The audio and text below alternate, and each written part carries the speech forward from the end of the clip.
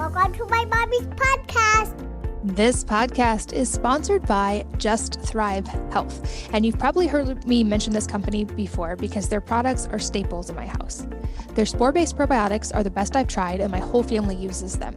I'm also really loving their K27, which is sourced from chickpea natto and is the only pharmaceutical-grade, all-natural vitamin K2 supplement with published safety studies.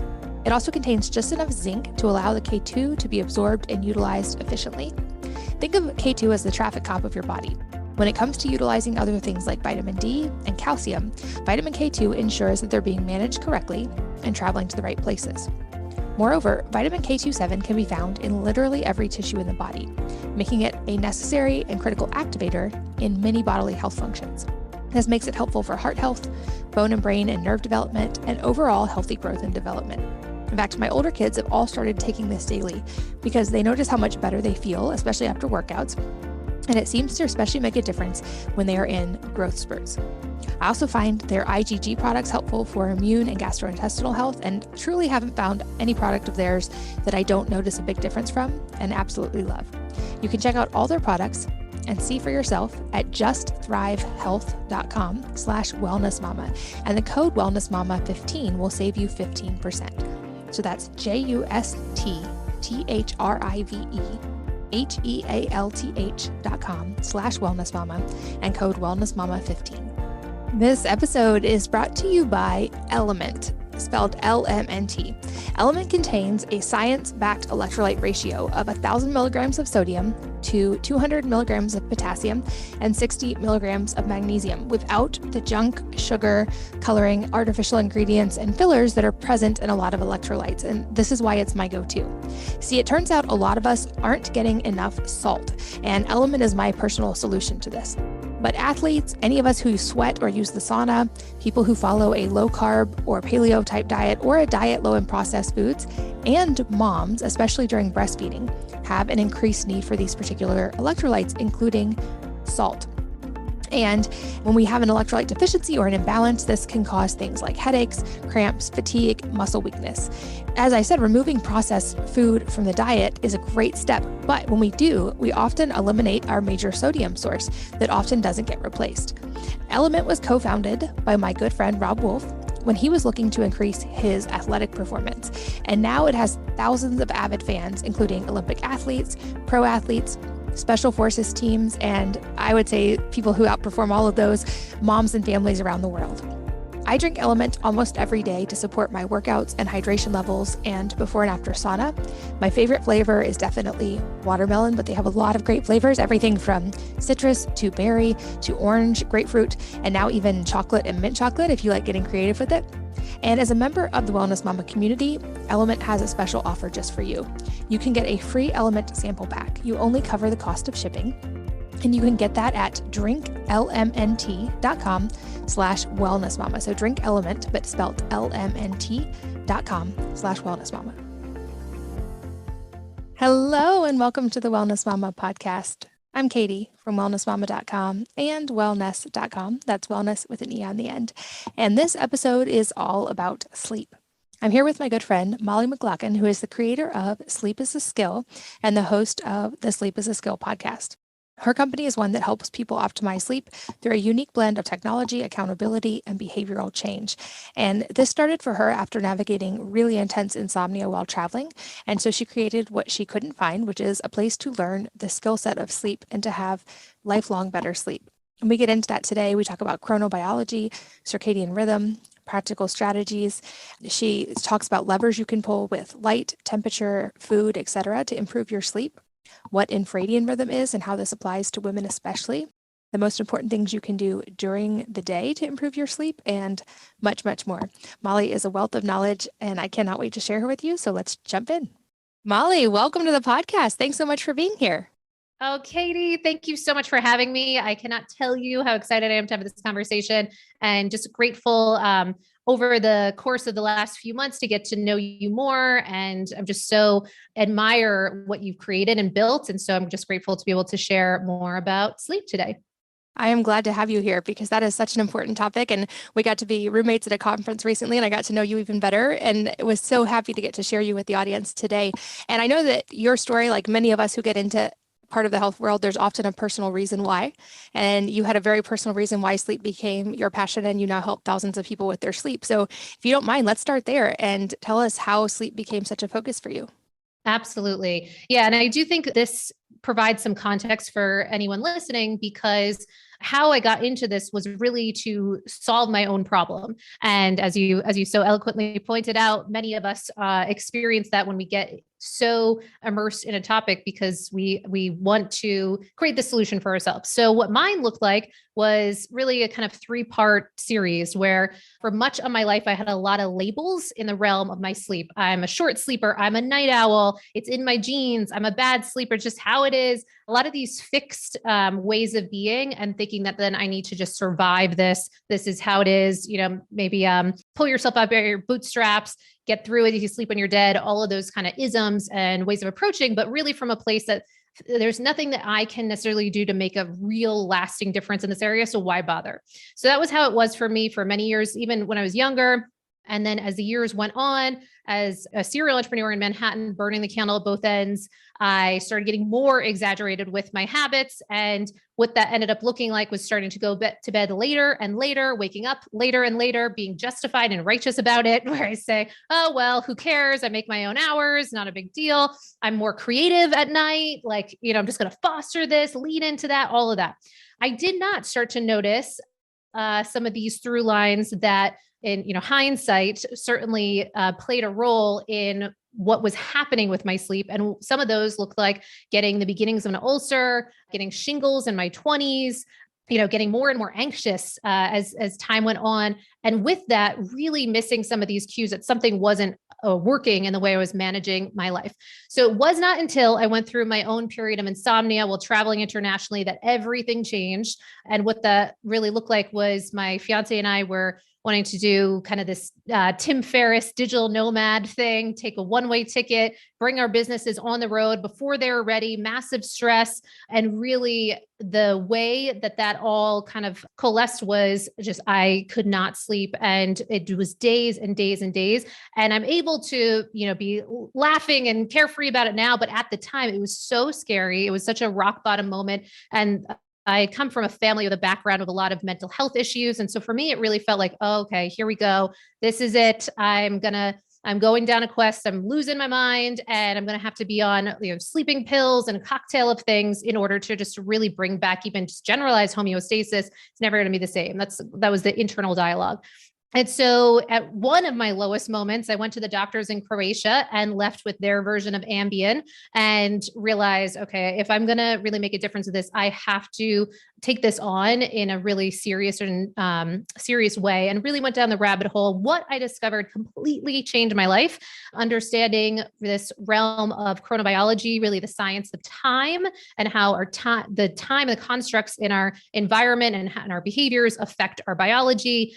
So that really turned my life upside down, and has continued to turn that upside down in a really positive way. So on the other side of that, now what life looks like is knowing myself as someone that has this set of tools to get consistently great sleep night after night. And what ended up happening once that occurred, when I was able to restore that, then I just could not stop talking about it. And from that place, just sort of organically started working with people that were also struggling. And then it started building. And so now we have 100 and almost 90 weekly sleep newsletter editions. We have a weekly podcast with sleep experts. We have online courses, one-on-one and small group. We are now in hotels, Casa Cipriani in Manhattan, work with USC fighters, poker players, high performance individuals. And so I share all that because that was something that just did not seem possible at that lowest point, when it really felt like this is how it's going to be forever. So my real mission in life is to really share just how transformative I truly believe this area of life can be, not just for this isolated area of sleep, but by virtue of focusing on this and having the circadian centric lens, then that is where we can start to really make a lasting difference with our health and our well-being. Absolutely. I've said on here that in the 500 plus people that I've had on this podcast, the one thing that universally everyone seems to agree on is that sleep is important. I've yet to have an expert come on and say, you know what, sleep really doesn't matter. You can just out supplement it. You can just out whatever.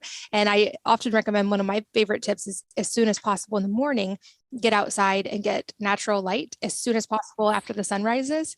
And that's a free thing that anyone can do. And it seems very simple, and it often has a very profound impact, which leads me into, let's talk about the topic of chronobiology, because I would guess a lot of listeners have maybe at least heard that word or understand light is an important part of this, but there's a lot of other things that go into it as well, and how like our sleep hormones and cortisol patterns affect every other hormone. So we're talking about sleep as if it's an isolated thing, but often it really impacts, as you have found personally, every single area of your life. Absolutely. Well, one, I acknowledge you for noticing that through line with all of these amazing people that you've been able to, that you've set up a forum to have these conversations with. And yes, yes, yes, so important. And then also the getting outside and making that distinction of just how important that is. I think that can be something that people might hear and say, yeah, that's a nice idea. I kind of get that. But to really practice that and feel the difference, like it sounds like you certainly have and continue to do. And when we were roommates, I know we were talking about the importance of these things that we'll get into today. So really, really good points on that. 100%. So having said that, as far as chronobiology, okay, so I mentioned briefly that chronobiology is really the science of time and how time affects our biology and our health. So breaking that down further, a couple things that, or one key framework that we work with within Sleep as a Skill is understanding that there are three key rhythms. So underneath this overarching area of chronobiology, and it's relatively a newer science that in the scheme of things, as compared to other sciences, to be beginning to start to make its way into the mainstream. And so some of the things that people might have heard is this first rhythm that is a bit more common, which is in the understanding, which is our circadian rhythm. So our circadian rhythm, it's this rhythm that's happening on a 24-hour rhythm. And as diurnal creatures, we're meant to be active during the day and at rest at night. So from that place, that is where we can really look to optimize and strengthen this rhythm. But it is important to note too, and so we'll do a lot of talking about that, or can do lean into that a bit more. There are two other rhythms that are important to know about too, our ultradian rhythms. So these are rhythms that happen less than a 24-hour rhythm or timeline. And so that can look like your heart rate, that can look like your breathing, certain other patterns that we can establish that are happening rhythmically and shift throughout the course of the day. And then there's also our infradian rhythm. And so our infradian rhythm being what's governed by for women and happening on around a 28-day schedule, about a month or so. And so those are for women of menstruating age, that is something for us to be really mindful for, because that can really affect our hormones at around 4 different times of the month. I'm sure you've done lots of diving in on this topic, but it's interesting to have this under this umbrella of chronobiology, because it gives us a place, an area of study to really dive into more if people are hearing this newly, or if they've loosely heard about it and how that can play a role in our sleep. So back to the one that a lot of people have heard of is the circadian rhythm.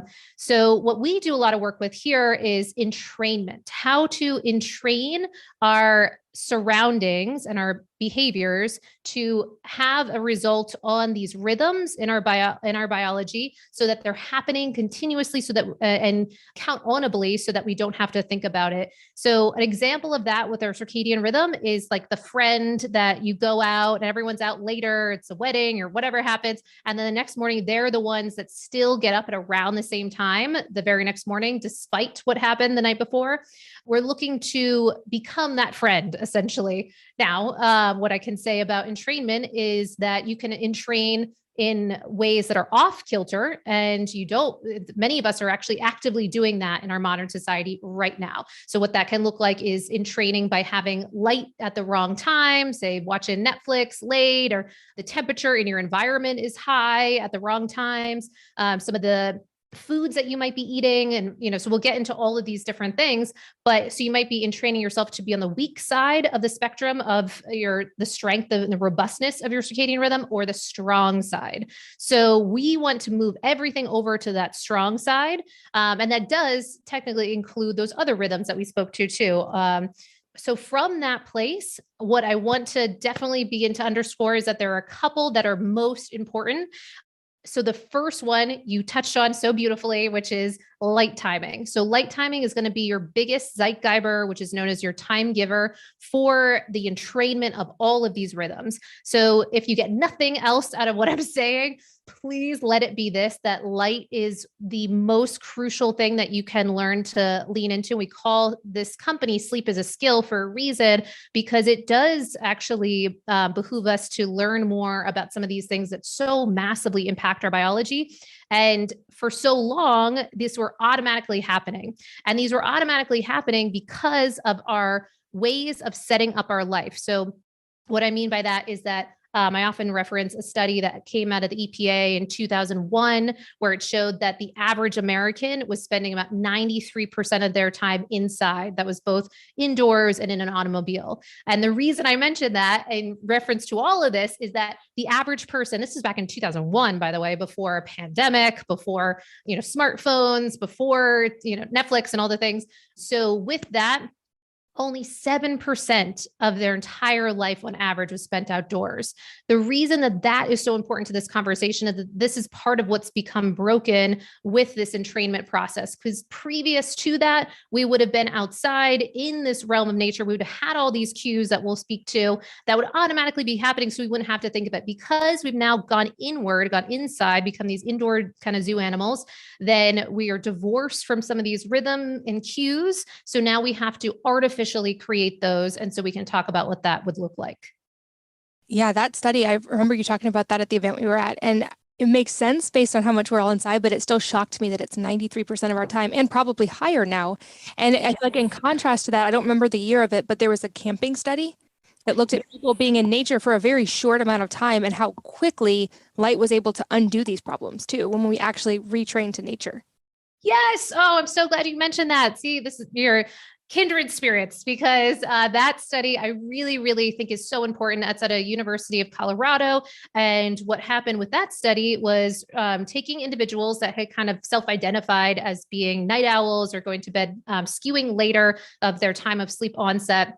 And then within a relatively short period of time, they take them out camping and they start adjusting to these rhythms that are governed in their environment. And so by being divorced from some of those electronics and the faux light and the faux temperature controls that we have and all these kind of regulations that we have going on in the background, which many of us don't necessarily think of. And by the way, when I was going through what I was going through with my sleep, I couldn't tell you when the sun would rise or set. I couldn't tell you what temperature I'm usually setting the environment into or why that matters. All of those things really do massively matter. And we see some of those results in studies like that, where in a relatively short period of time, we can entrain and have a whole different type of lifestyle. And that includes our sleep-wake cycle. Now, a quick example of that people might have experienced is with jet lag, and particularly the type of jet lag where you're traveling internationally and really upside down in your schedule.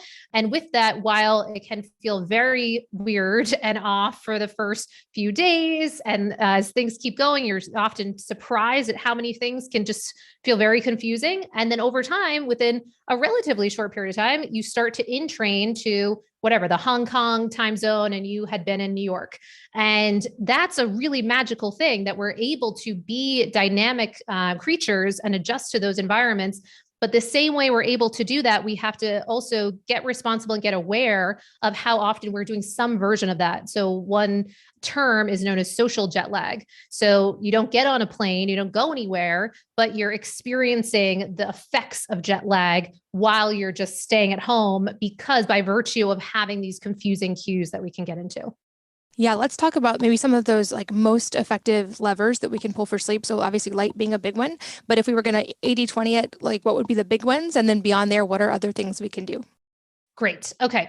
So a couple things. So this can go under the umbrella of almost rewilding of how to have it all, how to, have the fact that I'm grateful for the fact that we're having this conversation on Zoom, with the magic of technology. And so we want to still be able to utilize technology, but how to mimic this blueprint of sort of our ancestral wisdom that's still biologically hardwired that we can't just divorce ourselves from.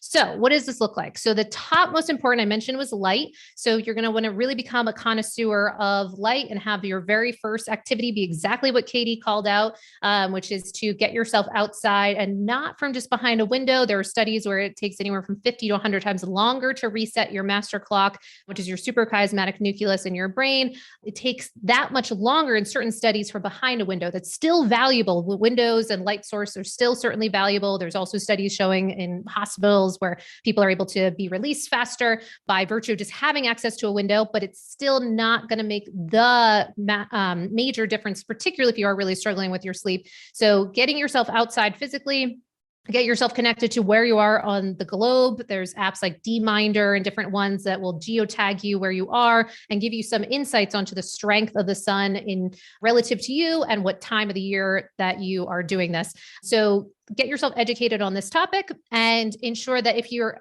curious about what time you're getting this light, you're always aiming to anchor it. So it's called sunlight anchoring on the first half of the day. And then the next most important one is actually around sunset. And that's going to have that presence of infrared light in both of those time spectrums. But so you're getting those and you're timing that. The second one is darkness timing. So on the flip side of light, of course, there's darkness. And many of us might actually not be aware of just how little true darkness we're actually getting and how much those hours before bed really matter. So you want to do as much as possible to set your environment up. And we advocate it looking a little weird. So have red lights, have Himalayan salt lamps, have amber lamps, ideally candles. There's studies out of NASA that are fascinating with using candlelight, because that's really important to them, is how to keep their astronauts on time when shuttling through space, and your sun is rising and setting every 90 minutes on average. So this becomes a really important topic for them, and just literally candlelight or a low lux output that has a warm kind of hue to it. That's going to be really important in the evening. So dim, super dim in the evenings, and go to total darkness at night, which you've probably heard of while you're sleeping.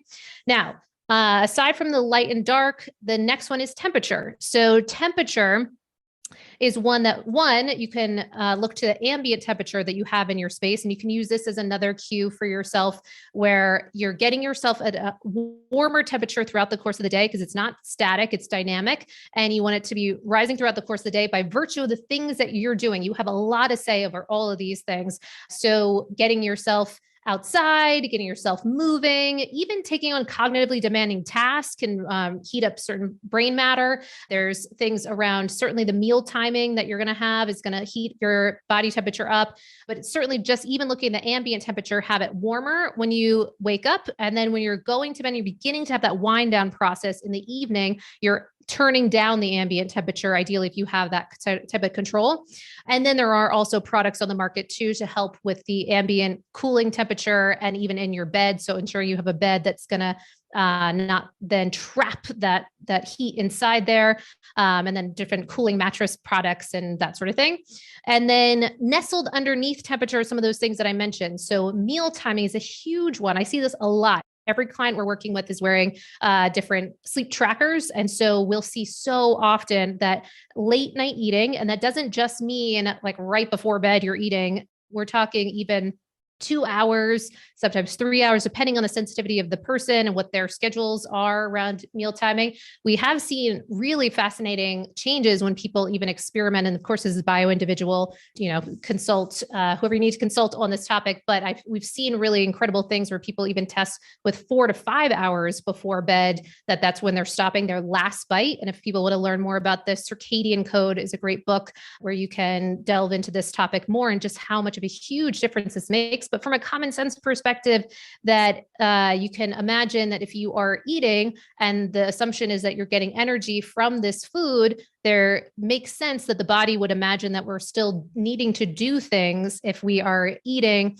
the bulk of our calories. And many of us are actually backloading our calories later on into the day. If you're someone that intermittent fasts, I've seen a lot of that too. People are skipping breakfast, pushing their meals much later. So, and that's not to take away from intermittent fasting, fantastic. And how can we play with the rhythm? So there's something called circadian rhythm intermittent fasting.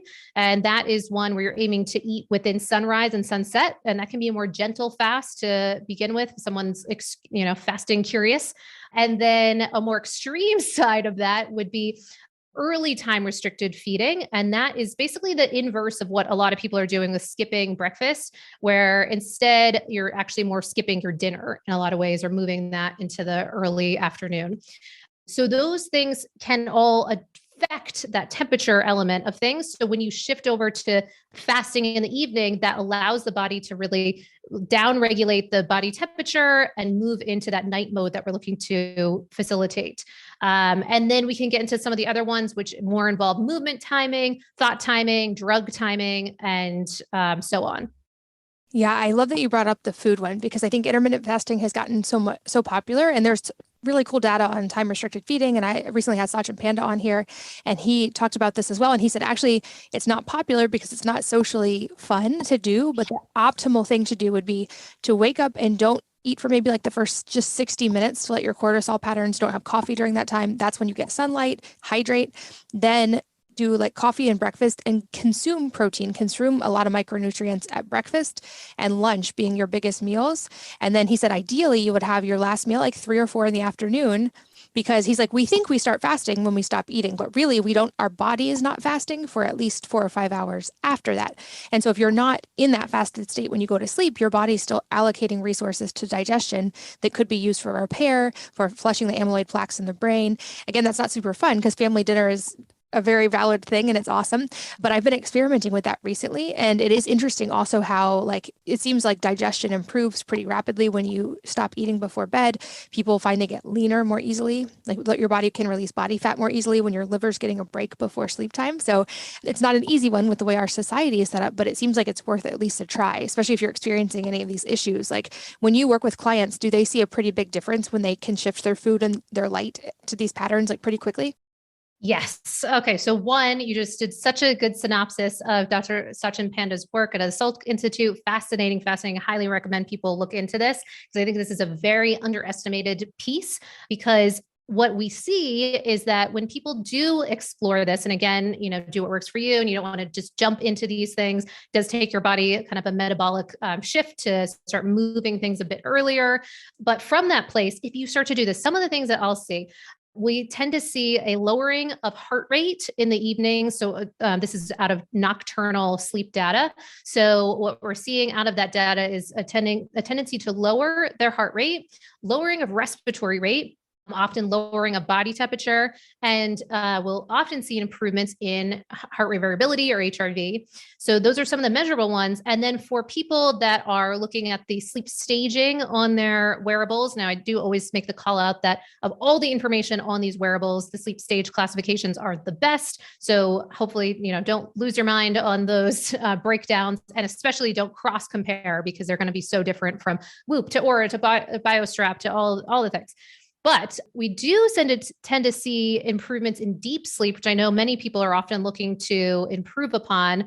Now, I won't say that this is across the board by any means, but there often has been a surprising number of people that have seen that shift. And then certainly when you layer in all of these other changes, temperature being a big one for that kind of deep sleep indicator, but then putting all of these together as a lifestyle. So it's not going to just work to move your meal a little bit earlier, like, one night, and then maybe play with the temperature and the light and what have you. This is really committing to how can we start to make this more of a consistent thing. Of course, you're going to have spontaneity and change and what have you. But if we can start to bring this in where possible, and you made this such a great point, because a lot of this has to do with social constructs. Dr. Peter Tia, had a great quote where he said something to the effect of, if I was the czar of everything and I could just, wave my wand and do whatever I want. His call out was that I would shift social constructs to be infinitely earlier, so that we're kind of putting things upside down. So instead of meeting at night, we're meeting in the mornings and the afternoons and what have you. Our meal timing is like that. But also our exercising, our thought timing, which we can also get into, which is kind of fascinating too. of just how much upside down and delayed kind of architecture we've created in what's happening for us throughout the course of the day, and how much this really dramatically skews these rhythms that are so sensitive. Absolutely. Yeah, I think these shifts alone, and I could think of far worse people to be a czar of everything than Piratia, for sure. Piratia, yes, same. I'm into that one.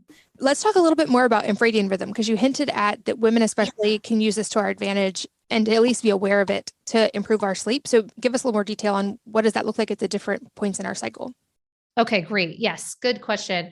So a couple things. So as a reminder, Ampheradian rhythm is this rhythm that's happening contrary to circadian rhythm. So for women, we have more rhythms to be aware of than the average man.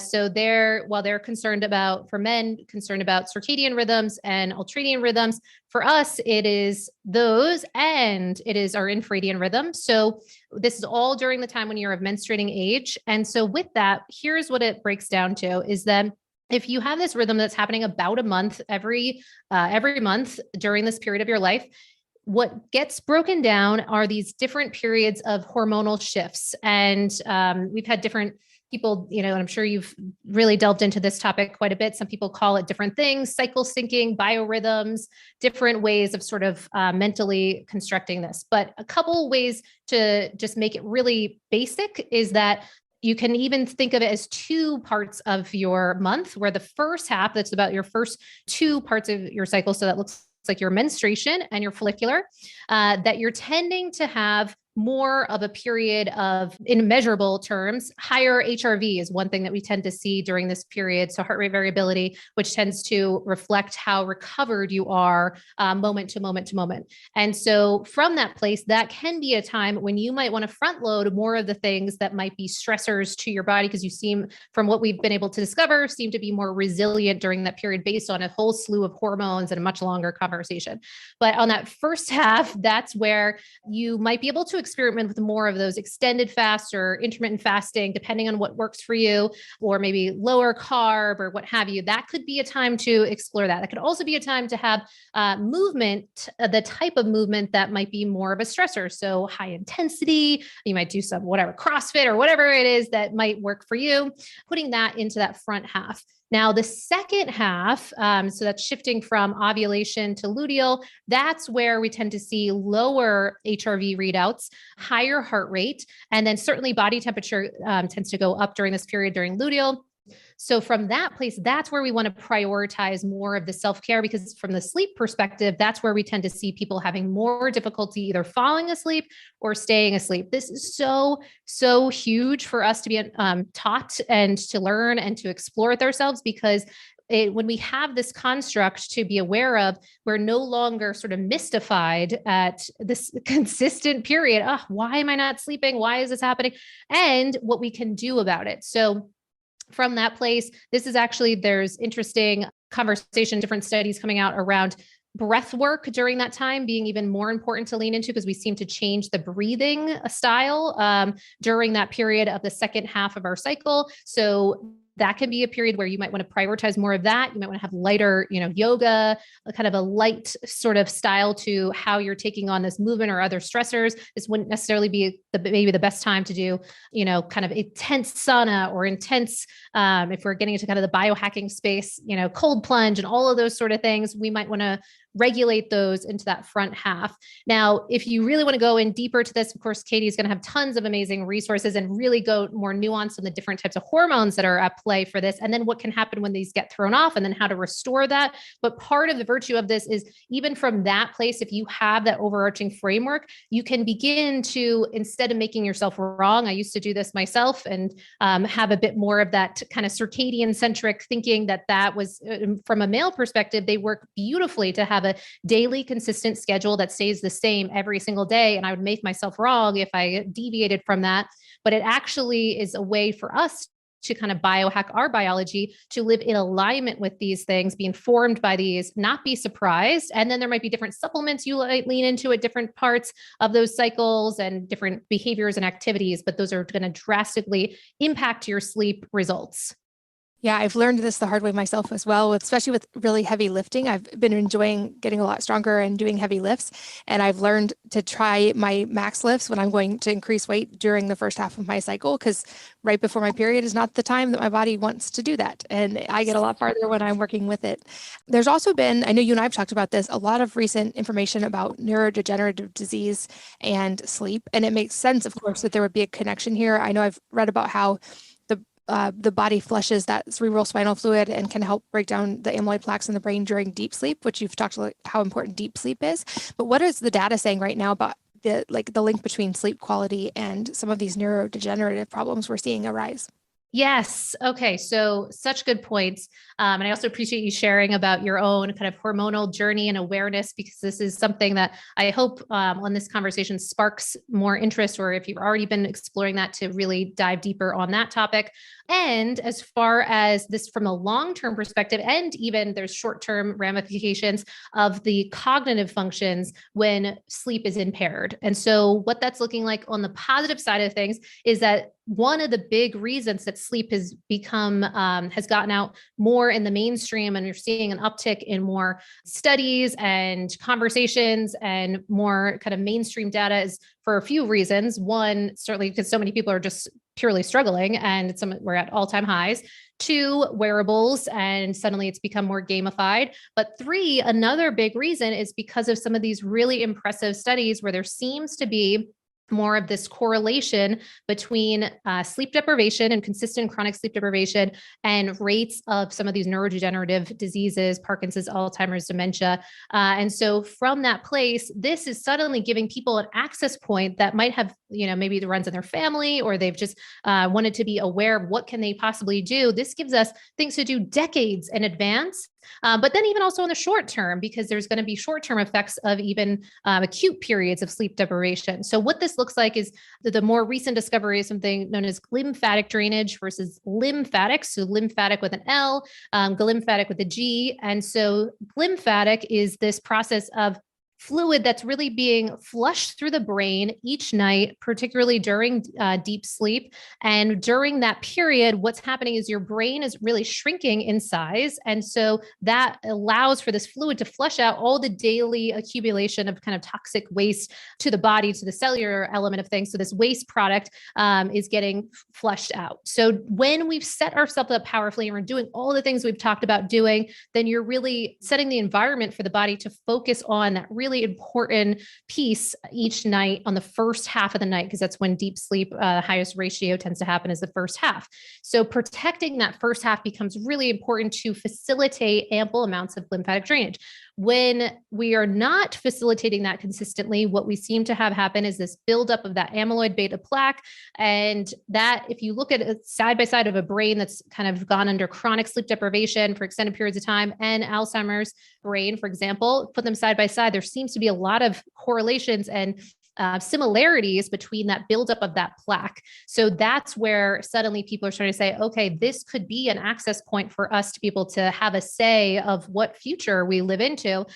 So from that place, what a lot of people are doing, unbeknownst to them, is just sort of, and that's what I was doing for years, was say, well, what's the difference? Just push out, go to bed a little bit later. I'm in the groove. I'm writing, I'm doing whatever. Like, who cares? Go to bed a little bit later. Now, in the lobbing off of that first half of the night, that's exactly what you're cutting into, is more of that deep sleep, because the body likes to stay on time.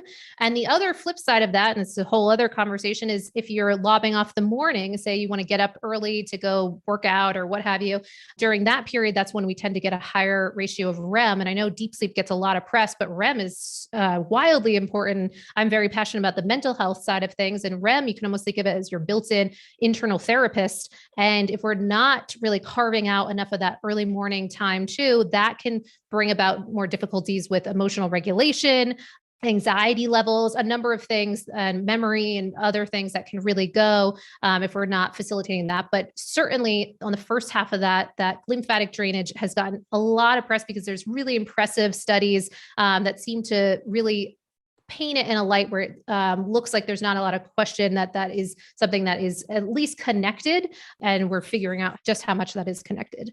Yeah, that's a great point. And I know I follow you on Instagram as well, and you're like my person to beat on deep sleep because yours is so dialed in.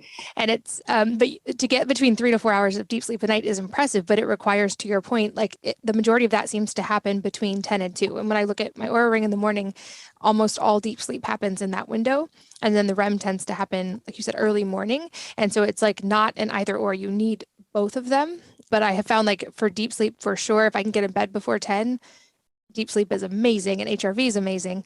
That's also a harder social thing, although it is easier if you stop eating at 3 or 4 in the afternoon because your body's like, okay, done digesting, time for sleep. Yes. And so one thing that's really cool, and I do really advocate that anyone's listening, if you have the means to get yourself some sort of sleep tracker, and even if you don't, or if you're not involved in that, doing a sleep diary or sleep log, when you get these numbers, it becomes so helpful for us to continue to gamify. And so one thing that I've seen is now I have years and years of data. I can also see like a really cool diary, honestly, looking at longitudinally, I know unequivocally certain points I can point to, and I know just what was happening based on my sleep results. And one real key difference was when I really started moving that earlier meal timing back. Now, of course, with what we shared about Ampheradian rhythm, being mindful of that, that is something where you really want to be aware that there might be certain periods of your period. So in that second half, that maybe you don't want to push it as quite as much. And so that might not be a time to do as much of that intermittent fasting phase of things.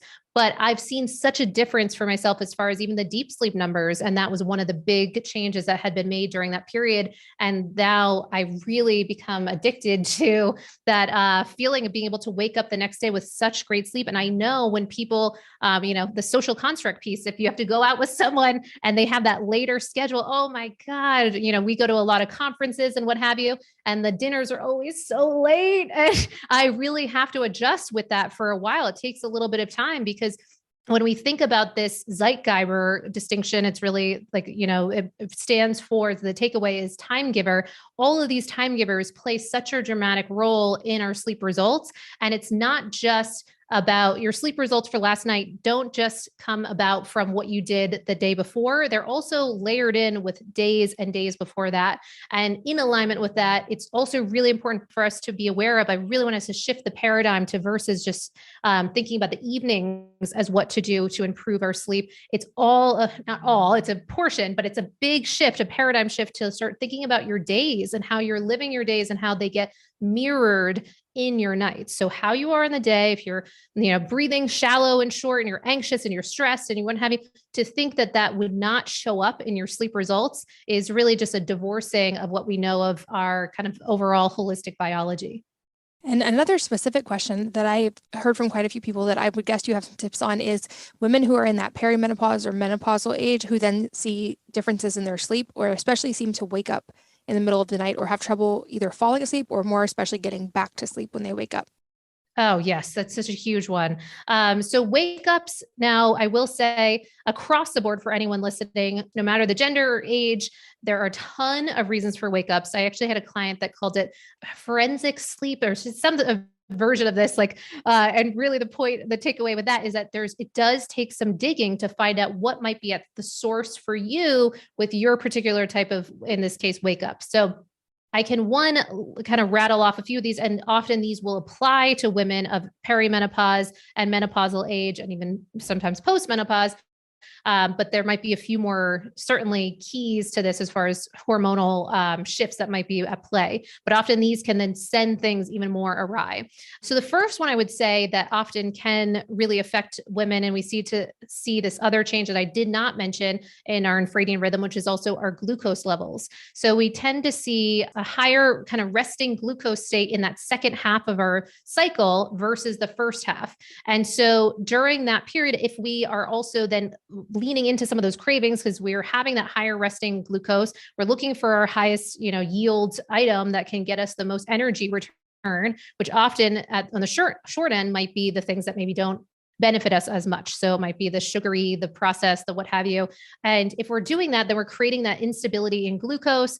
And with that can often be for women that are dealing with this can be a really fantastic place to begin is the balancing of our blood sugar, because I think many of us might not realize just how much that shows up in our sleep. So we did a study, or not a study, but we did a just a focused look at a small group of individuals at levels. So the continuous glucose monitor company and people wearing Oura rings and would overlay the data. Some of the things that we would find would be that there would be this tendency to the wake up periods that were logged on the Oura ring. They would also have correspond with dips in their glucose at those times. The hypothesis around that, and these are non-diabetic individuals. So the hypothesis with that is that when we're having that crash, then presumably it's a stress response for our body and cortisol, adrenaline, and sort of that type of wake up that you're really up. That can be so frustrating because it's not just like up, go to the bathroom, fall back asleep. You are awake.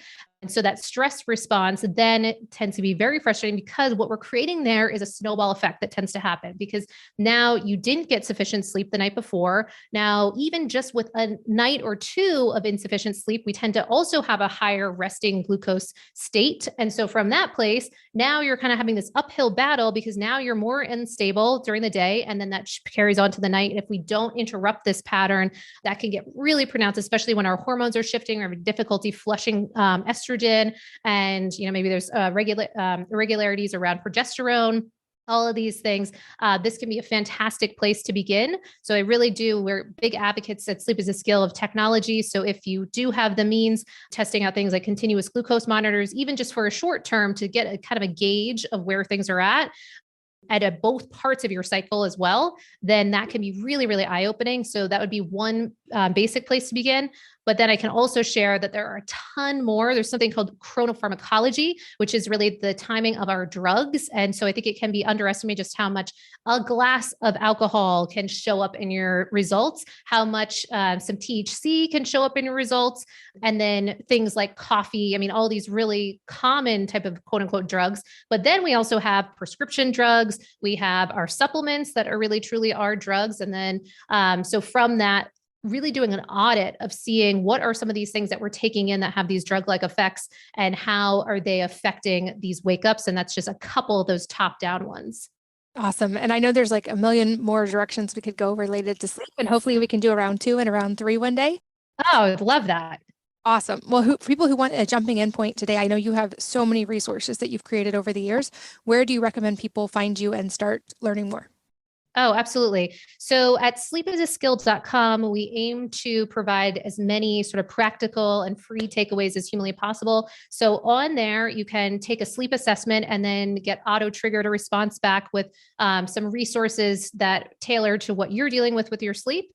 You can also sign up for a weekly sleep newsletter. We aim for that to be the most obsessive sleep newsletter on the planet, where we aim to put as many sort of resources, but also kind of sleep experiments. And we encourage the readers to also send screenshots of things that you're finding and kind of takeaways. So we really want to be little detectives in the sleep area and actually make this a lens for improving our life as a whole, to start really becoming aware of, oh my gosh, these behaviors have a really visible and point to effect on a result of our biology. So you can sign up for that newsletter. We also have our weekly podcast as well. And then if you are really, really struggling, we also have options for small group trainings where you do wear a sleep tracker throughout the course of the time when you're doing this kind of 90-day looks. That's our flagship offering, is a 90-day kind of journey through sleep and sleep optimization. And from the end of that, our aim is that you have a wild amount of tools and awareness in the area of sleep. And you've also gamified this, and you're surrounding yourself with other people that are looking to do the same and starting to experiment and seeing what's at the source of some of the hiccups for you with your sleep. And we also have one-on-one options for that as well. But lots of new things coming, and we're always looking to kind of explore some of the sleep gadgets and, different things that are on the market to make sense of what makes sense to invest in and what, maybe you could kind of leave to the side. Perfect. I'll put all those links in the show notes for you guys listening while you're on the go. Those will all be at wellnessmama.fm. This podcast is sponsored by Just Thrive Health. And you've probably heard me mention this company before because their products are staples in my house. Their spore-based probiotics are the best I've tried, and my whole family uses them. I'm also really loving their K27, which is sourced from chickpea natto and is the only pharmaceutical-grade, all-natural vitamin K2 supplement with published safety studies. It also contains just enough zinc to allow the K2 to be absorbed and utilized efficiently. Think of K2 as the traffic cop of your body. When it comes to utilizing other things like vitamin D and calcium, vitamin K2 ensures that they're being managed correctly and traveling to the right places. Moreover, vitamin K27 can be found in literally every tissue in the body, making it a necessary and critical activator in many bodily health functions. This makes it helpful for heart health, bone and brain and nerve development, and overall healthy growth and development. In fact, my older kids have all started taking this daily because they notice how much better they feel, especially after workouts, and it seems to especially make a difference when they are in growth spurts. I also find their IgG products helpful for immune and gastrointestinal health, and truly haven't found any product of theirs that I don't notice a big difference from and absolutely love. You can check out all their products and see for yourself at justthrivehealth.com/wellnessmama, and the code wellnessmama15 will save you 15%. So that's justthrivehealth.com/wellnessmama and code wellnessmama15. This episode is brought to you by Element, spelled LMNT. Element contains a science-backed electrolyte ratio of 1,000 milligrams of sodium to 200 milligrams of potassium and 60 milligrams of magnesium without the junk, sugar, coloring, artificial ingredients, and fillers that are present in a lot of electrolytes. And this is why it's my go-to. See, it turns out a lot of us aren't getting enough salt, and Element is my personal solution to this. But athletes, any of us who sweat or use the sauna, people who follow a low carb or paleo type diet or a diet low in processed foods, and moms, especially during breastfeeding, have an increased need for these particular electrolytes, including salt. And when we have an electrolyte deficiency or an imbalance, this can cause things like headaches, cramps, fatigue, muscle weakness. As I said, removing processed food from the diet is a great step, but when we do, we often eliminate our major sodium source that often doesn't get replaced. Element was co-founded by my good friend Rob Wolf when he was looking to increase his athletic performance, and now it has thousands of avid fans, including Olympic athletes, pro athletes, special forces teams, and I would say people who outperform all of those, moms and families around the world. I drink Element almost every day to support my workouts and hydration levels and before and after sauna. My favorite flavor is definitely watermelon, but they have a lot of great flavors, everything from citrus to berry to orange, grapefruit, and now even chocolate and mint chocolate if you like getting creative with it. And as a member of the Wellness Mama community, Element has a special offer just for you. You can get a free Element sample pack. You only cover the cost of shipping. And you can get that at drinklmnt.com/wellnessmama. So drink Element, but spelled lmnt.com/wellnessmama. And then last two rapid fire questions. The first being if there's a book or number of books that have profoundly influenced your life, and if so, what they are and why. Oh, yes. Okay. So this is such a hard one. And I would say, interestingly, it would be the 4-hour work week. I mentioned that part of what Blake and I, my fiance, did was we went out to go do the digital nomad thing. And the thing that I didn't share was that, so the first part, it was the genesis of this entire thing, which seemed like one of the worst things that had happened in my life. It felt like it was just an absolute breakdown of everything in my life not working and culminating to this element of not being able to sleep. And it felt like this lowest moment. And so that all came from this attempt to do the digital nomad life. And on the plus side, and actually during that period, I thought I was never going to be able to travel again, never be able to do, just have a big life that looked anything like that book. And yet on the flip side, the thing I didn't share was that we did actually, once I started to regain workability with my sleep, build up my confidence in my sleep, because it really was in the realm of sleep anxiety. So then from that place, then we did end up becoming digital nomads for about 3 years, traveling internationally, Southeast Asia, back and forth to New York. And that book really helped open the doors to doing hard things and doing things a little out of the box.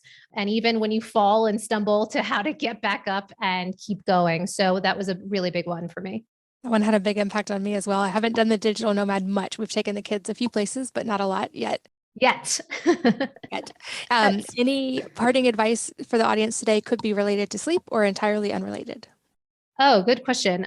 So I would say parting advice is to take on this philosophy that sleep is a skill. And I'm not just saying that just from, to belabor a point, but really to shift to a whole new ethos around this thing that we do every single day. I think for years, exercise and nutrition, very important things for wellness and mental health. and they have gotten sort of top tier attention, and sleep has been a bit of an afterthought.